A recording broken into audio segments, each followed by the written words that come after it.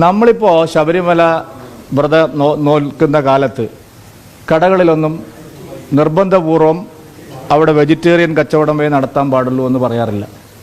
പക്ഷെ മലപ്പുറം ജില്ലയിൽ ഒരു മാസം ഒരു തുള്ളി വെള്ളം ഒരാൾക്ക് ലഭിക്കില്ല. എന്തൊരു ഫാസിസ്റ്റ് സമീപനമാണിത്. നാം വ്രതം എടുക്കുന്നു, നമ്മൾ കുടിക്കുന്നില്ല. പക്ഷേ ഒരു മാസം മലപ്പുറം ജില്ലയിലും കോഴിക്കോട് ജില്ലയിലെ പല സ്ഥലങ്ങളിലും, ഞാൻ എൻ്റെ നേരെ അനുഭവം പറയാം, ഒരു മാസം ഒരു തുള്ളി വെള്ളം ലഭിക്കുന്നില്ല. നിങ്ങൾ ഒരു പുരോഗമന പാർട്ടിക്കാരും ഇതിനെക്കുറിച്ച് സംസാരിക്കുന്നേ ഇല്ല. ഇപ്പോൾ മലപ്പുറം ജില്ലയിൽ വാക്സിൻ എടുക്കുന്നില്ല. വലിയ തോതിലുള്ള പ്രചരണം നടക്കുന്നു. ഇവിടെ അതൊരു ചർച്ചാ വിഷയമേ ആവുന്നില്ല. വാക്സിനേഷനെതിരായിട്ടുള്ള ബോധപൂർവമായിട്ടുള്ള ക്യാമ്പയിൻ. ഒരു വീട്ടിൽ ഒരു സ്ത്രീ 5 പ്രസവം വീട്ടിൽ നടത്തി. ഞങ്ങൾ ആദ്യം വിചാരിച്ചു അത് അവരുടെ അറിവില്ലായ്മയാണ്. അങ്ങനെയല്ല, അതിനപ്പുറത്തൊക്കെ വലിയ തോതിലുള്ള അതിൻ്റെ പിന്നിൽ ആൾക്കാരുണ്ട്. അതായത് ആശുപത്രിയിൽ ചികിത്സയ്ക്ക് പോകരുത്, വാക്സിനേഷൻ പാടില്ല. ഇതൊക്കെ കാണിക്കുന്നത് എങ്ങോട്ടാണ്? ഒരു തരത്തിൽ റാഡിക്കൽ എലമെൻറ്റ്സ് അല്ലെങ്കിൽ അത്തരം നിഗൂഢ ശക്തികൾ ഈ രീതിയിൽ വലിയ പ്രവർത്തനങ്ങൾ അവിടെ നടത്തുന്നുണ്ട്. മുസ്ലിം ലീഗിൻ്റെ അപ്രമാദിത്വം ചോദ്യം ചെയ്യാൻ ആരും തയ്യാറില്ലാത്തത് കൊണ്ട് ഇതൊന്നും പുറത്തു വരുന്നില്ലെന്നേ ഉള്ളൂ. ഒറ്റപ്പെട്ട സംഭവമല്ല സർ. രാമനാട്ടുകര മുതൽ തൃശ്ശൂർ ജില്ലയുടെ അതിർത്തി വരെ ഒരു മാസക്കാലം ഒരു തുള്ളി വെള്ളം ആർക്കും കിട്ടില്ല. ഇത് ഒറ്റപ്പെട്ട സംഭവമല്ല.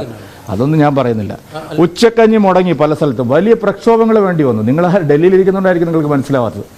അതായത് കേന്ദ്ര സർക്കാർ സംസ്ഥാന സർക്കാരും കുട്ടികളുടെ ഉച്ചക്കഞ്ഞിക്ക് വേണ്ടി നൽകുന്ന സാമ്പത്തിക സഹായം എങ്ങനെയാണ് അത് മുടക്കുന്നത്? രക്ഷാകർതൃ സമിതി എന്ന് പറഞ്ഞുകൊണ്ട് അവർ പല സ്ഥലത്തും യോഗം കൂടി തീരുമാനമെടുക്കുകയാണ്. ആ തീരുമാനത്തെ ചോദ്യം ചെയ്യാൻ അവിടെ ന്യൂനപക്ഷമായിട്ടുള്ള രക്ഷിതാക്കൾക്ക് സാധിക്കുന്നില്ല. ഇതെല്ലാം പച്ചയായ യാഥാർത്ഥ്യങ്ങളാണ്. നമ്മൾ കണ്ണടച്ചിരട്ടാക്കിയതുകൊണ്ട് കാര്യമില്ല. എത്രയോ സ്കൂളുകളിൽ കുട്ടികൾക്ക് ഉച്ചക്കഞ്ഞി കിട്ടുന്നില്ല. അതെന്തൊരു ന്യായമാണ്? എനിക്ക് മനസ്സിലാവുന്നേ ഇല്ല. അങ്ങനെ ഒരു ന്യായം എങ്ങനെയാണ്? കുട്ടികളുടെ എല്ലാവർക്കും അറിയുന്ന കാര്യം വീണ്ടും ചോദിക്കണം. ഈ ഒരു മാസം എന്ന് പറഞ്ഞാൽ അവിടെ എന്തുകൊണ്ടാണ് ഉച്ചക്കഞ്ഞി മുടങ്ങുന്നത്? അപ്പോൾ ലീഗുകാർ പറയുന്നത് ഞങ്ങളല്ല ഇതിൻ്റെ പിന്നിൽ, ഞങ്ങളെ രക്ഷാകർതൃ സമിതിയാണ്. ആരാണ് രക്ഷാകർതൃ സമിതി? അപ്പോൾ നിർബന്ധിച്ചാണ് കടയടപ്പിക്കുന്നതെന്ന് ചോദിച്ചാൽ ആരും നിർബന്ധിക്കുന്നതായിട്ട് നമ്മൾ കണ്ടിട്ടില്ല. പക്ഷെ കടകളൊന്നും തുറക്കുന്നില്ല. അത് ശരിയായ ഒരു സമീപനമല്ല. പുരോഗമന പാർട്ടികൾ തന്നെ അതിൻ്റെ രംഗത്ത് വന്നിട്ട് അതിനെതിരെയുള്ള സമീപനം എടുക്കണം. വലിയ പുരോഗമനം പ്രസംഗിച്ചാൽ പോരാ. ഈ നേരത്തെ ഉണ്ടായിരുന്ന കാര്യത്തിൽ ഒരു വ്യക്തതയൊക്കെയാണ്. ഈ പഠനത്തിനൊരു കമ്മീഷനെ വെക്കാൻ വേണ്ടി ഞാൻ പറഞ്ഞല്ലോ. അല്ലല്ല, എൻ്റെ ചോദ്യം അതാണ്.